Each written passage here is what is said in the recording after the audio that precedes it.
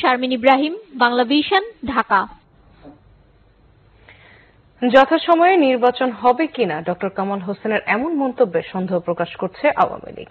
রাজধানীতে এক গোলটেবিল বৈঠকে দলের যুগ্ম সাধারণ সম্পাদক মাহবুবুল আলম হানিফ বলেন, কোথায় কি হচ্ছে তা নিয়ে সন্দেহ রয়েছে। বৈঠকে সুজনের সম্পাদক বলেন, সংবিধানকে অস্ত্রে পরিণত করা হয়েছে। অন্যদিকে সুশীল সমাজ প্রতিনিধিরা নির্বাচন কমিশনের ভূমিকা নিয়ে প্রশ্ন তুলে বলেন, তড়িঘড়ি করে কেন ইভিএম ব্যবহার করতে হবে তার ব্যাখ্যা দিতে পারেনি কমিশন। আসন্ন জাতীয় নির্বাচনকে সামনে রেখে গোলটেবিল বৈঠকের আয়োজন করে centre for governance studies CGS. রাজধানীতে আয়োজিত এই বৈঠকে উপস্থিত ছিলেন সুশীল সমাজ ও আওয়ামী লীগ বিএনপির নেতারা। বৈঠকে সুশাসনের জন্য নাগরিক সুজন সম্পাদক বদিউল আলম মজুমদার বলেন, সংসদ বহাল রেখে দলীয় সরকারের অধীনে নির্বাচন বড় চ্যালেঞ্জ হবে। ভোট কেন্দ্র দখল থেকে আরম্ভ করে যে আমাদের আইন শৃঙ্খলা রক্ষাকারী বাহিনী প্রশাসনের পক্ষপাতদুষ্ট আচরণ, এগুলো কিন্তু ইলেকট্রাল ফ্রড সৃষ্টি করে। যদি উন্নয়ন হতে হয় তাহলে একটা বিশেষ দলকে ভোট দিতে হবে। এই যে নিয়ন্ত্রিত নির্বাচন, এটা হলো এই যে ইলেকট্রাল ফ্রডের, ফ্রড ইলেকশনের একটা রূপ। বর্তমান নির্বাচন কমিশন সঠিক নির্বাচন উপহার দিতে পারবে কিনা তা নিয়ে প্রশ্ন তোলেন তত্ত্বাবধায়ক সরকারের সাবেক উপদেষ্টা এম হাফিজউদ্দিন খান। অন্যদিকে নির্বাচন কমিশনের ভূমিকা নিয়ে প্রশ্ন তোলার পাশাপাশি এবারই ইভিএম ব্যবহার করা ঠিক হবে না বলে জানান সুশীল সমাজ প্রতিনিধিরা। ইলেকশন কমিশনকে অনুরোধ করব বিনীতভাবে যে আপনাদের যেটুকু ক্ষমতা দেওয়া আছে সেইটুকু পালন করেন। ইলেকশন কমিশনের এ পর্যন্ত কোন কার্যকলাপ আমি দেখি নাই যে they are capable of holding a free and fair election. General secretary সাহেব বলছে যে মোদিকে এবার ইলেকশনে নমিনেশন দেওয়া হবে না, তার স্ত্রীকে দেওয়া হবে। আমি সাথে সাথে ধরে নিয়েছে যে স্ত্রী ডিভোর্স নিয়ে নিয়েছে, যেহেতু সে ড্রাগের ব্যবসার সাথে বসবাস করতে চায় না। কিন্তু পরে খোঁজ নিয়ে দেখি যে সে এখনো তার স্ত্রী আছে।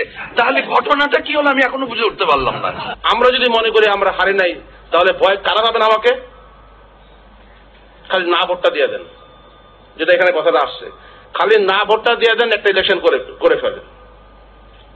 এতে সকলের লাভ হবে, সকলের লাভ হবে, জনগণের লাভ হবে। তার মনটা শান্তি হলো। আমি না ভোট দেওয়ার পরেও তারা অনেক ভোট পেয়ে সরকার গঠন করেছে।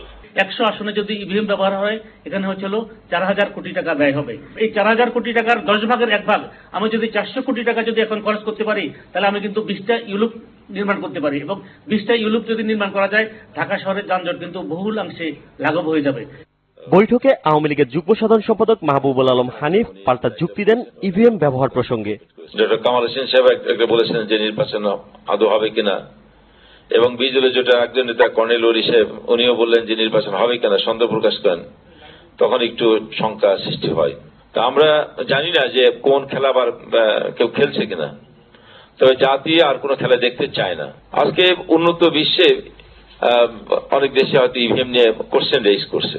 আমাদের এখানে যে ইভিএম, সেটাতে কোনো ইন্টারনেট কানেক্টিভিটি নেই, এখানে কোনো অনলাইনে ভোটিং সিস্টেম নেই। এটা টোটালি মেকানাইজড এবং ওখানে বসেই সিঙ্গেল ওখানে ভোট পোল করা যায় ফিঙ্গারপ্রিন্টের মাধ্যমে। অন্যদিকে বিএনপির ভাইস চেয়ারম্যান আব্দুল আওয়াল মিন্টু বলেন, বর্তমান সময়ে সুষ্ঠু নির্বাচন করা অসম্ভব প্রায়।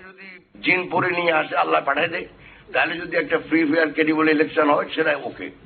কিন্তু এই আমাদের সুন্দর সুন্দর কথায় কোনো ফ্রি ফেয়ার ক্রেডিবল ইলেকশন হবে না।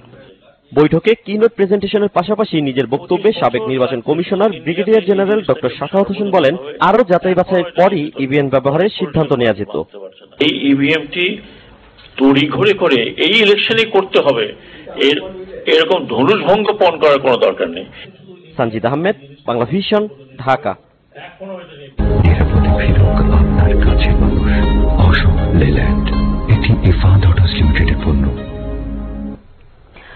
বিএনপির সিনিয়র যুগ্ম মহাসচিব রুহুল কবির রিজভীর অভিযোগ, নৌকার প্রার্থীদের বিজয়ী